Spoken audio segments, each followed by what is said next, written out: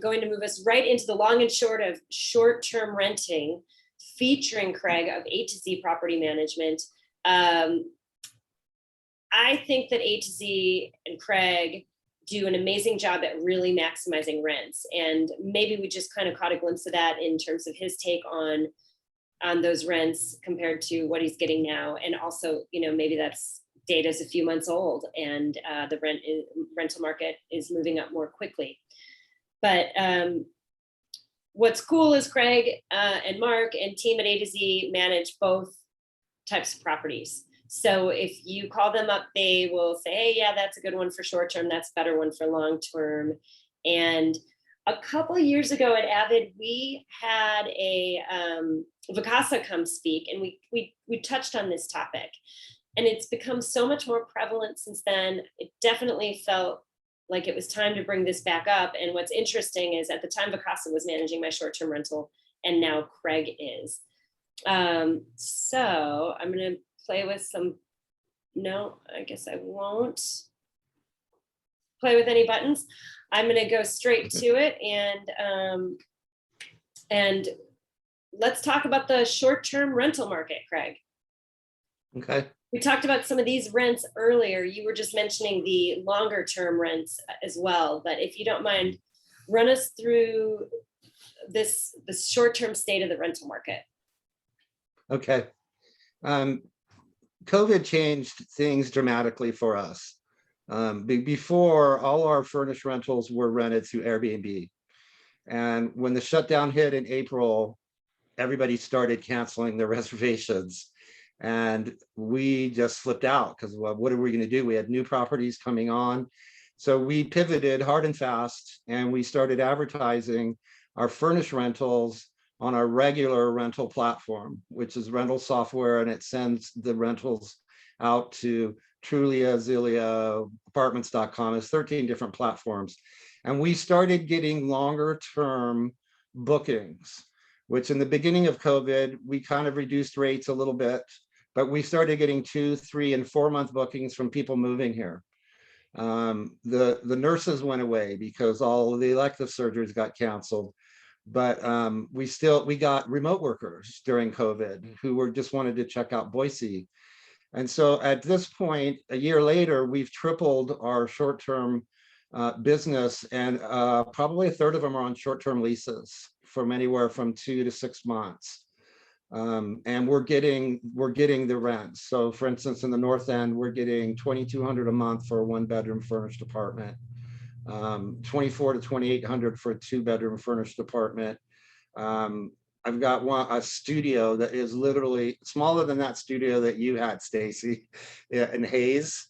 So it's just basically a bed and a little Barbie doll kitchen along one wall, and then it has a nice bathroom.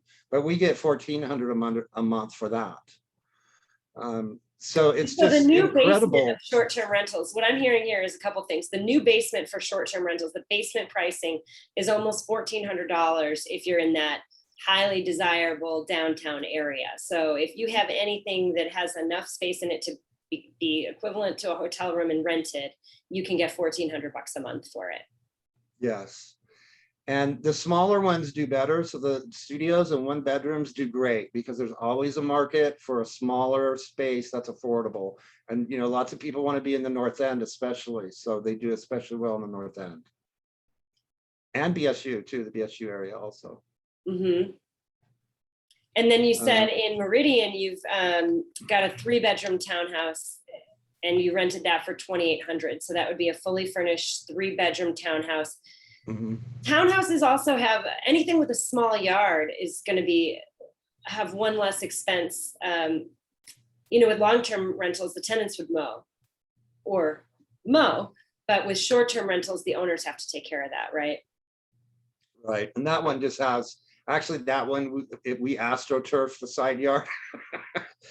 It works great. So we have some plants along the edges that we have to, you know, send somebody in to trim up, but it's basically, it does really well. And that one's all Airbnb. I've never leased that one. That one just does really well on Airbnb. When we first started it, we were renting the rooms separately because they each have ensuite. So they each have their own bathroom. Oh, I know which one. You're talking about Cajun Lane across from the Village. Exactly. And then it just got weird at one point because there was a guy in there, and then he rented a room for his teenage daughter. And then I had another guy inquire about a room, and I was like, you know what, I don't like the liability of this, you know?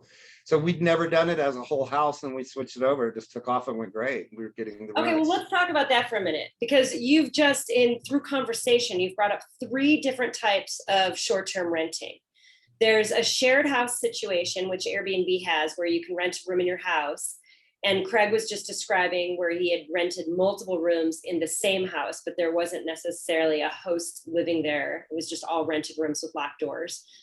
And then you were calling it Airbnb, but what you're meaning is Airbnb, where you're turning it over, renting very short term, weekends, a week here and there. Airbnb shoppers oftentimes are booking shorter stays. Airbnb also has a fee that's built in, and so it starts to get fairly pricey when you're adding their fee onto month or multiple months.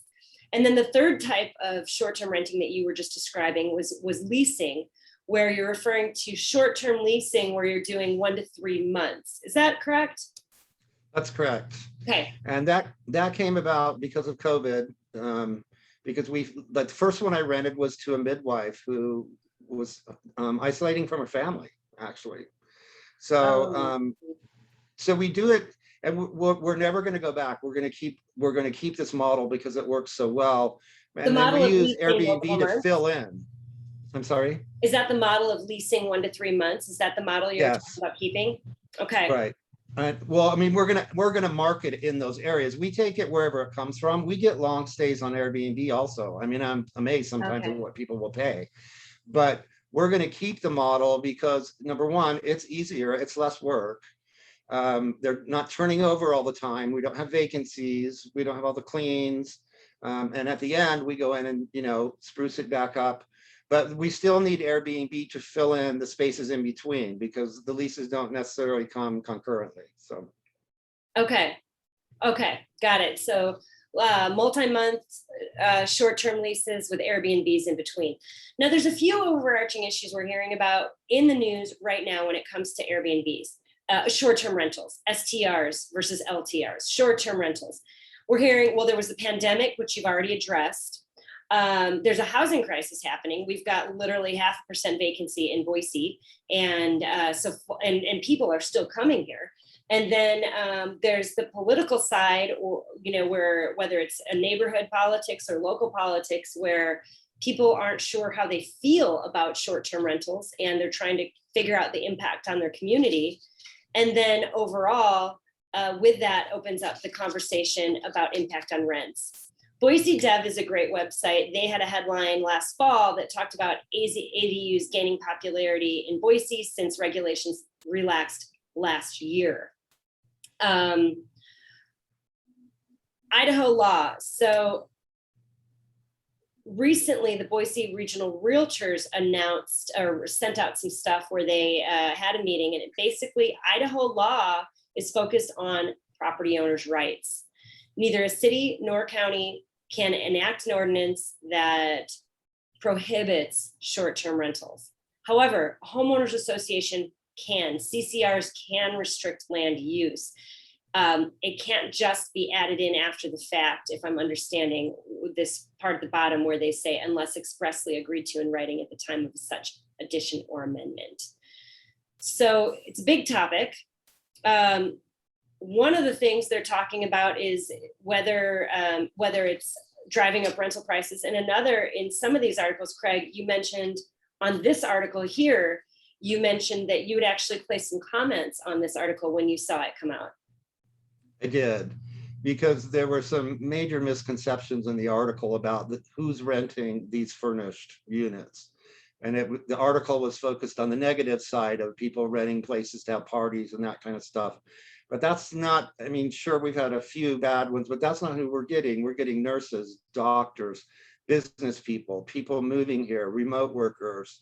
So I don't get as much the people trying to rent. I mean, we screen ours very carefully, but we haven't had any problems with people partying and that kind of stuff. I have more problems with my long-term rentals than I do my short-term rentals by far in terms of tenants.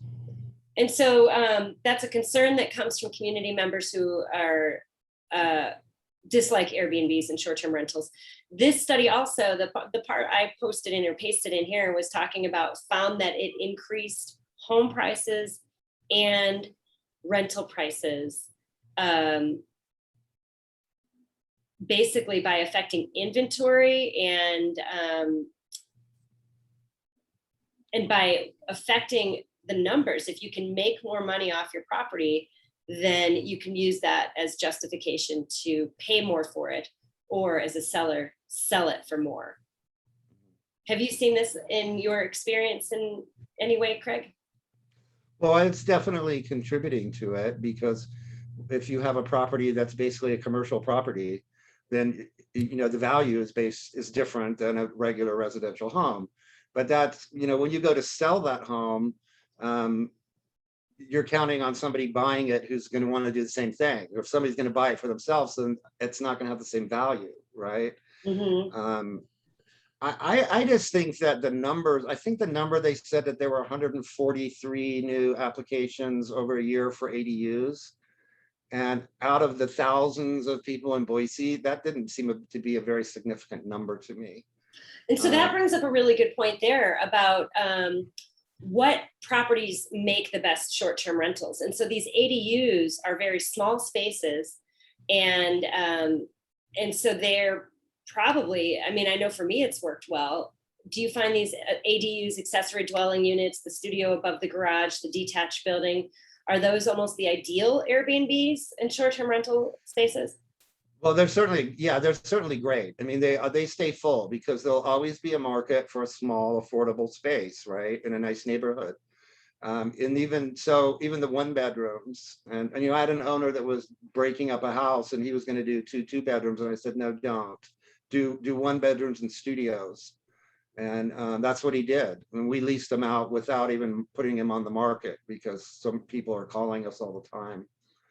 I wish I had 10 or 15 more units to manage, because I could definitely fill them full of people. Yeah. It sounds like it. It sounds like you're turning folks away then. We are. And, people come here to build a house, and then it doesn't, it doesn't finish on time. And so on the short-term leases, if they say, okay, it's a 2-month lease, I'll say, no, you rent it for 4 months. And then you give me 30 days notice, because I know, because everything rents out about 3 to 4 weeks in advance, pretty much. Mm-hmm. And so I know I can rent those, especially right now. It's just insane. There's really no Airbnb is basically full in Boise. I was looking for a place for 2 people, and I couldn't find anywhere in Boise. I was calling everybody I knew, couldn't find anywhere. So with the population growth, with people building, all of these things, it's also a housing solution, I suppose, that's needed. People are coming here, they need a place to stay. It's business, it's students, it's medical is a big one. We get a lot of medical travelers. We get construction workers. We had 6 construction workers stay with us in 2 different properties that were working on the new park out by Surprise Valley. So that's driving it all. Just the growth itself is driving people to come in here to work. As long as that growth is there, the market's going to be great. I mean, this is not the market we were in even 6 months ago. It's just right. Since it opened up, everybody's going nuts, and it's just gone crazy. It's well, and in terms of prevalence of short-term rentals, I didn't post these headlines, but there were some recent articles. AirDNA said that Teton Valley has more than 800 vacation rentals in Idaho. In a report the Idaho State Journal published. KTVB is talking about McCall. They actually did a big study recently, a big survey. I reached out to see if they had the answers and what they found, and don't know yet. But they are, the Director of Community and Economic Development is citing that law, saying, okay, the city's not allowed to ban short-term rentals under Idaho law, but they're saying that people are having a hard time finding housing in McCall, and many homeowners there are converting their properties to short-term rentals. And then, of course, we've got the ADU article in Boise. So this is not limited. The housing crisis is not limited to Boise, but also the popularity of Airbnbs and short-term renting is not limited to Boise. So there must be some pros and cons that people need to think about if they're considering this. Tell us about those. Well, the obvious con on a short-term rental is that there's more moving parts to it. So that's not like you just lease it to somebody and then you do a walkthrough in 6 months or whatever. You have people coming in and out constantly. But the pros are you're going to make more money. And it's easier to maintain a property when it's short-term rented because we're in there every 2 weeks or every 2 months or however it's turning over. And any patch and paint or any kind of little repairs or anything like that, we're taking care of right then. So we're basically constantly maintaining the property in the same condition. And it's with Airbnb, especially with the rating system, you have to do that and you have to respond immediately. So that's kind of a con too, is that, you know, it's a right now kind of thing. So if somebody is out of laundry detergent or something, it's not uncommon I'll try to call someone first, but it's not uncommon for me to hop in the car, you know, and go run and give them what they need. So that's kind of the con. If they're on a short-term lease, I treat them the same way, but I'm not quite as worried about it because there's no rating, you know, unless they went on Google or something. But basically we treat them all the same. We just take care of it right away. Well, and I guess also it's like 1% of their stay if they're out of a washing machine use for 3 days, that's, you know, maybe 1% of a long-term tenant stay. Whereas if they're there for a week, you know, that's 50, you know, almost 50% of their overall experience. I think the important thing with short-term is your response. You have to respond immediately. You don't necessarily have to fix it immediately, but you have to offer the fix and let them know what they're going to do. And as we've found that as long as we do that, we get great ratings and people say, oh, they're very responsive. So people understand that everything can't always be perfect, but it's how you respond and how quickly you respond that makes the difference. Well, and what I found when we looked at this a few years ago, I found that the personal use bullet was actually really key because there's other reasons sometimes besides getting more income or even more money. If it works out that you get more money, there's other reasons to do a short-term rental. And for us, we want to be able to keep the garage, the ADU is above. For maybe some of the McCall folks, they want to be able to use their cabin in McCall. So, you know, they can't have somebody who's there all the time. They want to use it as well. So, and there are tax advantages as well, right? You only have to live in a second home. If it's 50 miles away, you only have to live in it for 14 days to take advantage of the tax. I'm not an accountant, but is that your understanding also, Stacy? Great point. Yeah, great point. And then, of course, the loan, the acquisition costs on a second home, you're going to have a more favorable interest rate when you pick it up. Yeah. So, yeah. We talked a little bit about ideal criteria. Smaller is sometimes going to generate more, but how does one start? So say somebody is really thinking about doing this for whatever reason, what's the process to converting a place to a short-term rental? Well, if you're buying, then they call you and then they call me. And we do a pro forma. So we give you this is what we think it will come in and this is what we think your expenses will be. And so you need to, if you have to furnish it, that's something you need to think about. I had a meeting today with a gentleman that actually Stacy referred to us, and he it's a 4-bedroom 2-bath house, and we just, you know, we recommended he rent it just regular long-term rental because of the costs associated with furnishing a large house like that. It's going to take too long to recover that money. Makes sense. But I've had people come to me who are out of state for what other reason, and their house is furnished. And on those, I'm like, oh, let's do it furnished for sure. Because they've said, should I put my stuff in storage? I'm like, no, I can make you a lot more money if it's already furnished and you don't mind, you know, then leave your stuff in there. As long as it's not a white leather couch. Yeah, you can't have anything that's of personal value. Or, I mean, we furnish a lot of our stuff from thrift stores and Facebook Marketplace. What's important is beds and linens and that kind of stuff need to be fresh. But furniture and all that other kind of stuff you don't need to spend a lot of money on. You don't want to spend a lot of money on that stuff. And so you'll do the furnishing? We have, yes. Mhm. I thought I was just special and you just did it for me, but thank you. You No. did a great job on that one. Yeah, no, we've done it. It's sometimes sometimes it just needs a little bit. Like I had one on, up on the Mesa that just wasn't set up correctly. And I had it rented before it even went on the market, and they wanted an office because the husband was going to work. So we bought a desk. We bought some rugs. We bought a TV. She didn't have a TV in the house. You got to have a TV. So, and I think that was kind of on your list. So I'll just cover that now. Yeah. Like internet, you got to have strong, stable, fast internet because people are working from home. People are coming to remote work. So it's extremely important, and people stream their TVs. We've gotten rid of all the cable TV in all our units. We don't offer it anywhere. So we have smart TVs connected to the internet, not the ones with Roku, because that's an extra layer, because Roku was like before TVs that could connect, just a basic TV. And they're cheap these days, and that's all you need. People bring their own apps.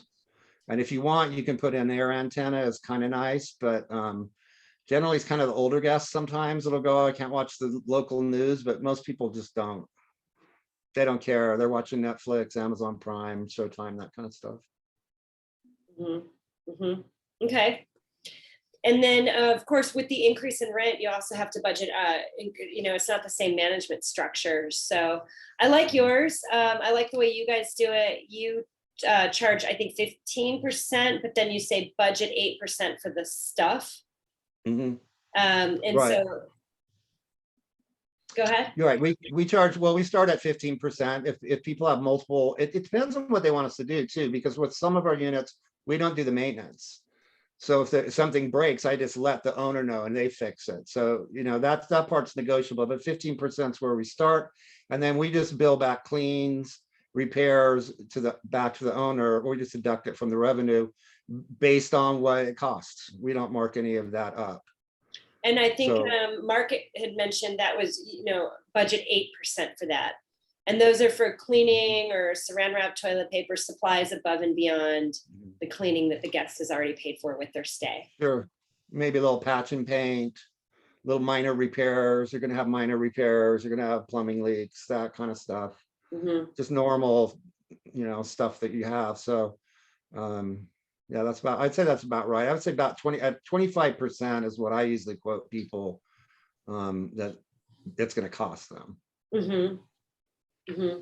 Yeah. And then I know Vacasa, I think they were up to 35% when I switched over to you guys. Well, I wish I could make that much, but it's not a competitive number, I don't think. Yeah. Okay. Any myths or misconceptions people have? Any owners you've had start on a short-term rental and then find themselves surprised by certain details? No, not really. I've been surprised by owners sometimes. And we do business with people that we like and that people that we can work with. And I just kind of broke up with one lady. I love her to death, but she's too picky about everything, and if we have to go patch and paint, it's like this enormous event, you know what I mean? Mm-hmm. And or I'll send a contractor over to do one thing and she's got a list, right? Mm-hmm. We're like, no, it doesn't work that way. They have something. So it's more, I've run into more, and hers is upstairs in her house. And so she thought it would be great. And then every guest, she's complaining about something, and mm-hmm. I just said, I don't think you should be Airbnb-ing. I think you should just have a tenant, find somebody you like and rent it out long-term. Well, I don't want to rent it out long-term because I want to use it. I'm like, okay. But. Well, and that brings up the other reason to allow, or to not to, not like we're engaged in the argument of to allow or disallow, but for her, maybe that's an important source of income to be able to handle the rising property tax prices and things like that, I actually wish it was with her. She must have, I don't know. She's got many. So Okay. it doesn't motivate her. We have other clients like that too. It just doesn't motivate them. Like we'll call them with, I can get you $2,000 a month this summer. No, because my daughter. So Yeah. it all depends on what, what people's needs are and what their reasons are for investing in a certain property. And I think you spoke to getting high caliber tenants, so you're not getting a lot of neighbor complaints from the Airbnbs you're renting. Is that correct? Well, Airbnb screens them. And so we look at reviews. It's kind of a crapshoot a little bit because you can't always tell. But we haven't, we've had a couple for sure that were problems. But I have more problems with the long-term rentals. Mm-hmm. One of those construction workers, we rented them a house in the North End, and it cost me $1,300 to clean it up after they left because they were just rough on it. But I had a $2,000 deposit. So even if it's a 2-month rental or 3-month rental, I get a month's rent in the deposit. Okay. And it's actually easier because with Airbnb, it's always a fight. Mm-hmm. It's always a fight because they always want to side with the guest. Oh, okay. Okay. So if there's extra cleaning, it's really hard to get. If there's damage, but you have to jump on it, you have to file your claim before the next guest comes in. So you don't necessarily have to have all your receipts, but you have to file it. So again, with short-term rentals, you've got to be on top of it. You got to be on top of it every step. Mm-hmm. It's right now. And then we have seen issues where folks will hijack photos from a short-term rental, but they're doing this for long-term renting as well. And I think everyone who's here today has seen this or heard about it with Craigslist and various places where they'll steal your photos. So I did want to mention watermarking photos can help with that. The MLS watermarks all their photos. So you can watermark it, have a phone number written over it or an email address. I don't know, is that standard practice that you guys are doing at A to Z yet? We don't, but I love the idea. So I think I'm going to start doing it. We've only had one of those happen on one of our units, and it was somebody scraped. We took it over from another Airbnb operator, and somebody scraped his listing on Airbnb, and it was a fake. It was a complete fake listing, and the owner saw it. And so I don't know how that turned out because Airbnb wouldn't get involved in it. Well, and there was recent news headline article, something like that in McCall, where somebody was trying to get inside a house and they were there, but they sometimes short-term rented it. So it was fortunate that they were there. I don't know if the scammers are going to target a short-term rental more because maybe there's a better chance that it might be vacant. But warning any renters, not to just send the money, but it's always a bummer when that happens because there's multiple victims. Yeah, I like I said, it's only happened on one of ours. The main platform to stay away from is Craigslist. Yeah. Okay. We don't advertise anything on Craigslist. Okay. Yeah, and that's where it's happened to me in the past. So, Okay, I did something. In the recent listing, the one I showed at the beginning, 2801 Moore, he had short-term rentals, he had long-term rentals. I just wanted to be able to present 2 pictures, like there's different expenses, so I did a pro forma for short-term rentals and a pro forma for long-term rentals. And it kind of blew up my formulas because usually all the expenses would be the same for each. But I compared them and I found something riveting that I didn't find last time. So I'm so excited that I had this opportunity and I'm going to show it to you right now.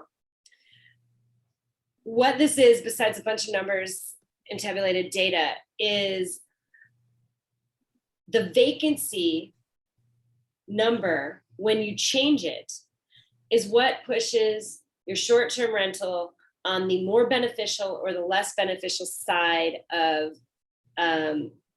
your income and your profits. And so with current vacancy rate being so low in long-term rentals, there's not much to budget for vacancy. And if you were to have, say, a 20% vacancy in your short-term rental, your 2% vacancy long-term rental with the reduced expenses may actually end up paying more. So it finally clicked for me, Craig. You know how you're always saying, well, I want to do these multi-month rentals and then fill in with Airbnbs in between. And I was saying, well, but the tenants pay from the cleaning, when you reference it on a cleaning, well, here it is in writing. I think why that model is working so well for you is because in essence, you're bringing down the overall vacancy. In that one comparison for the that downtown condo, they had budgeted, I think, was it 68, something around a 30% vacancy is what they were suggesting to plug in. And I get maybe that's more conservative because it's better to under promise and over deliver. But you were talking about a vacancy of what vacancy were you talking about again? Well, when I do pro forma, I base it on an 80% Okay. occupancy rate. We're running at 92% overall across both platforms. And so on the left-hand side where it says STR, if you need the whole 80% occupancy, 20% vacancy, compared to a long-term rental where the vacancies are so short right now, it may end up being practically, well, similar cap rate, but you could end up doing better from a cash flow perspective on the long-term rental. It's not a sure thing that it's going to be more favorable to do the short term. But if you are able to get down, I mean, I didn't even go as far as a 92% occupancy or an 8% vacancy, but if you're able to get it all the way to a 90% occupancy, that's where you start adding a whole percentage of cash on cash return. And so that vacancy, when playing with the numbers, seems to be one of the things that makes a bigger difference.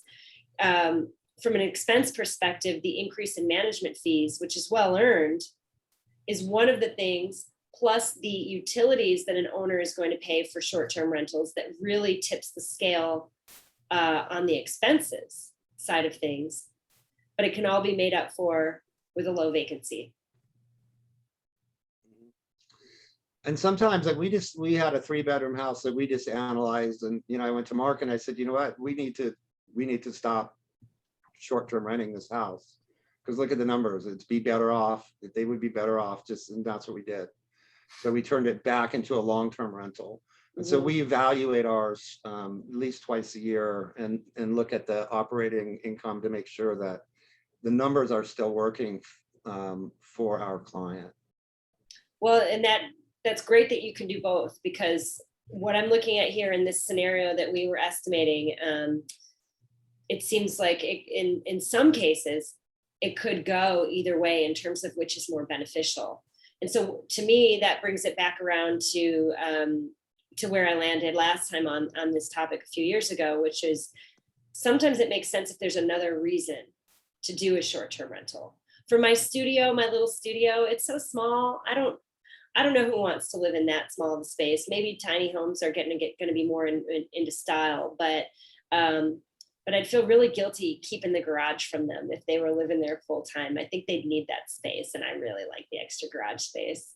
And so I thought I'd have more ability to use the studio myself, but in reality, you keep it so rented that if I were to have clients who needed a short-term place to stay, well, they better know a couple months in advance or you're going to have it booked. We have one owner that has multiple buildings in the North End, and most of his are furnished, and he has long-term tenants.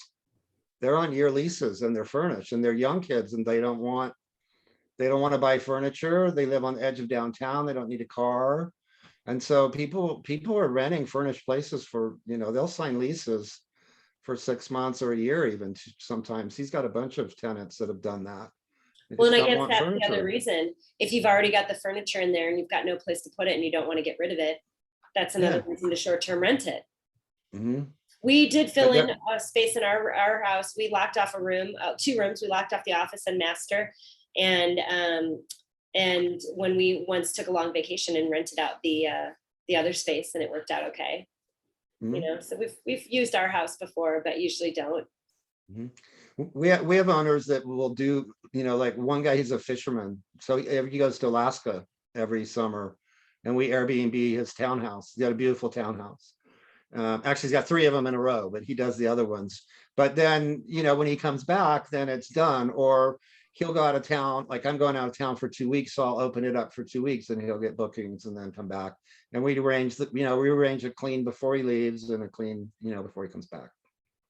And if you're thinking of doing it yourself, arranging those cleaners is more harder than it sounds. And that was the biggest thing way back in the day when I DIY managed mine. That was the tipping point for me. Craig, did I get your number correct on this slide? 447-9637? Yes, that's correct. Okay, perfect. Thank you. I'm going to stop sharing my screen here and invite all of you fabulous avid investors to bring in any questions, thoughts, concerns that you may have for Craig or any of us. Is anybody here doing short-term furnished? I am. You're doing mine. No, Jerry's No? not into that, it sounds like. That's interesting. Jerry, what do you think? I guess maybe one question is, location being downtown, it seems like that's probably a must versus around the perimeter of the county or something. Like I have properties out, even clear out Black Cat or something, but I suspect that's not so good for a short term. Well, again, it depends. I think it depends on the size of the house and the size of the property and how much maintenance is going to be involved. But I mean, there's a lot of people living in Nampa and Caldwell. People come and visit them. There's business out there. So the furthest one we have out is Meridian. And a lot of it's just that I live in the North End and I want everything close. I don't want to drive. I don't want to drive, to Nampa, but we've talked with people about doing them out there. I have cleaners and handymen that live out there. So there's no reason why we couldn't do a furnished rental out there as well. Probably eventually will expand.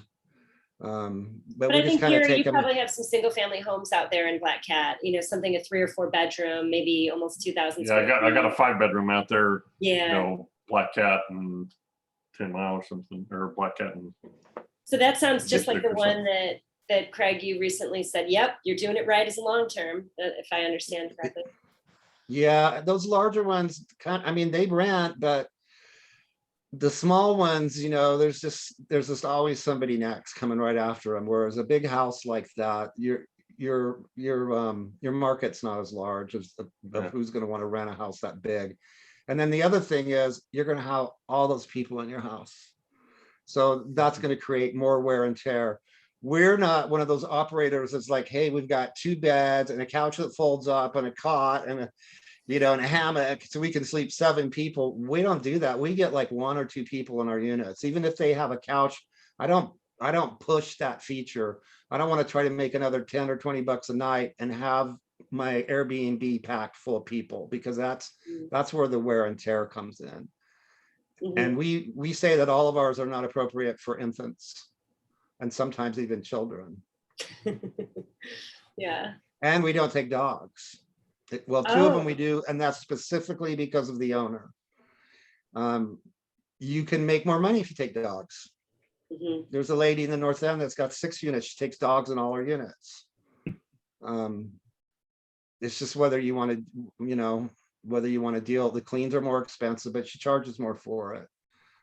We don't do it because some people have allergies, and I'm worried about the next guest coming in. And the cleans are much more intense because they have to, because of the hair, Mm-hmm. So I turn them down all the time because of pets. And then your long-term management rate, is that around 8%, if I recall? 10%? Mm-hmm. I love to get 10. It's usually 7 or 8 though. Okay. I think 7 to 8 is kind of is what's going on right now. Yeah, Boise. I can see a lot of 8. And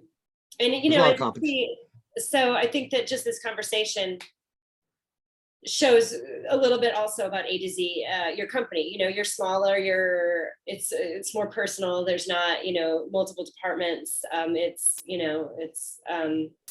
You kind of, I like it that I get to talk to you. So Yeah. So Well, I for the, can, I mean, my business partner is more the sales side and he has a contact, so he's bringing in the business, but I'm the guy on the ground. And so I'm basically, I'm the one that runs our cleaners, our handyman, and they're all private contractors. And I just treat them the way I want to be treated. So we pay them quickly so that they'll work for us. I basically pay them all by Venmo. They send me an invoice, and even I'm like, it's just handwritten, doesn't have to be done on a computer and look all special, because I want that invoice right away, because otherwise I'll forget what happened. Mhm. Right? If it was a big clean or something, and then I get this big invoice, and then it's like, oh, what happened with this? So again, it's that right now kind of business attitude. Mhm. That makes sense. And I think you mentioned you had some recent changes in cleaning structure with COVID. I know that's been tricky. Well, when COVID hit, we were doing same day turnovers in our Airbnb. So check out at 11, the next guest in at 3. And when COVID hit, we went 72 hours in between. And we followed the CDC, and even before Airbnb came out, we followed CDC guidelines, and then Airbnb came out with theirs. And then when we found out it wasn't so much about surfaces and that kind of stuff, then we started going to the next day. And we're kind of going to stay there, because that same day in and out is really hectic, especially if you have any kind of patch and paint or any kind of repairs that need to be done. You don't have enough time to do it. So yeah, so it's kind of, COVID's changed a lot of things with the way we do business, and there's things we won't go back to. For my unfurnished ones during COVID, I had the current tenants do Zoom walkthroughs with the new tenants. And I leased most of our properties during COVID without meeting the tenants or walking into the property. And as much as possible, that's something I want to continue to do, because that's the What a expensive great part. strategy. I love it that you did that. Then the tenants didn't have to be bothered. They could be responsible for who came in their house. And, Mhm. side benefit, you didn't have to be bothered. And so, as long as places are renting that way. It doesn't always work. behind I it. mean, it doesn't always work. Sometimes they want a showing, but I would also get the tenants would do the showing. So, during COVID, just to limit the amount of people in their house, the tenants would show it to them. Brilliant. So, Good yeah, job. Well, you as guys much did a good job. You really do. we feel really fortunate. We had 0 COVID losses for our owners. We have one that's outstanding where the tenant's behind, but we were able to get him help through Ada County and Boise County Housing. And so our owner will get his back rent. And I got them out by not renewing their lease, because I couldn't evict them, right, until their lease ran out. But then when their lease ran out, he said, I'm not renewing your lease. But we helped them find them, and they found another place. And so they got help, and the owner, it's not over, but they said they're gonna pay us. So We just had a chat come through, Craig. Shaner was saying that it seems like downtown properties should consider mixing both short and long-term rental portfolios to minimize vacancies and maximize profits. So you have a little bit of each. we have an owner in the North End that has 3 large apartment buildings. He does that in every one. Has a mix. But some of them are still furnished, but they're on year leases. So Okay. a lot of these, it's interesting. It's changing the way people are living. So that's, I guess with me, it's more like it's furnished or unfurnished. It's not necessarily short-term or long-term. It's furnished or unfurnished. Because I have one rented on the Mesa for 6 months, and they say they might stay another 6 months. I had a guy in one of ours. He was the second person in. He was there for a year. He moved here to get married. He's in a 1-bedroom. It was at $1,500 a month. And then, like, when things started to this spring, I just said, are you going to renew? Are you going to stay? And I said, because you're below market, I can't keep giving it to you. I can make more Airbnb in it. So I said, I need to make 2,000 out of it. And he said, okay. I had 2 people do that. Said, okay. And they paid it. And Tom, did you hear that? I was just shocked. We don't do that to our long-term unfurnished. Like I don't bump, if they're good tenants, we bump 9 to 10%. We didn't bump anything during COVID, but we're doing it now. But if they're good tenants, I don't bump it. If I want them to leave, then I'd raise it to market price. But half the time they're like, okay. And I'm just like, oh, well, okay. I guess you could stay then. But yeah, I had 2 that I bumped from 1,500 to 2,000 because they were Airbnbs and I knew I can make that if I didn't have that person in there on a lease, and they paid it. You know, one lady was waiting for her boyfriend to get a divorce and the money to get freed up. So it's just, they just paid it, you know, I couldn't believe it. And it wasn't even a hostile situation. They were just like, yeah, we get it. That's what I'm getting most from our tenants is they understand. We have a house in the North End's at 1,900. I told them I was going to raise them 200 and they're like, oh my God, that's all. Thank you so much. So don't be afraid because everybody understands what's going on. Yeah. Yeah. Other questions? Any questions for Craig or anyone? Very informative. Thank you. Thank you. Thank Thanks for you, having me. AVID Investors. Craig, thank you so much for this amazing information. I think one of the best takeaways from it that I just heard you say is that you don't say short or long term, but you say furnished versus unfurnished. And I think you've really tipped the short-term rental market on its head with a booster from COVID by not focusing on the micro stays, but really focusing on furnished rentals and as an opportunity to do whatever you want with long or short term, and providing housing where the market needs it most and being adaptive. And back to all of you who are renting long term, I think those numbers at the end really go to highlight the biggest impact on our bottom line might just be vacancy. And so working to minimize those vacancies and while also the expenses, you know, a management expense is significant, but well worth it from someone who's a recovering former manager, self-manager. Hiring someone like you and having someone like you on my team, Craig, really is the difference between me wanting to dump off all my properties and me wanting to hold them. And so thank you. So thank you for that. And thanks to all of you who participated. Thanks for the chat. And you got a compliment on the chat screen also that says, love your flexible business model. And I think that is a huge testament to A to Z. So being able to do both makes you a real valuable contact. Thank you. Next month in person, everyone. Are we going to do it? Are we going to see each other, shake hands and sip beverages? Treats. Alan, are you coming next month? I'm going to try if I'm here. If you're here. Thank you, Stacy. Thanks, Craig. Thank you for having me here. Nice to meet you all. Good meeting. Thank you. Yeah, thank you very much. That was Thanks, great, guys. Craig.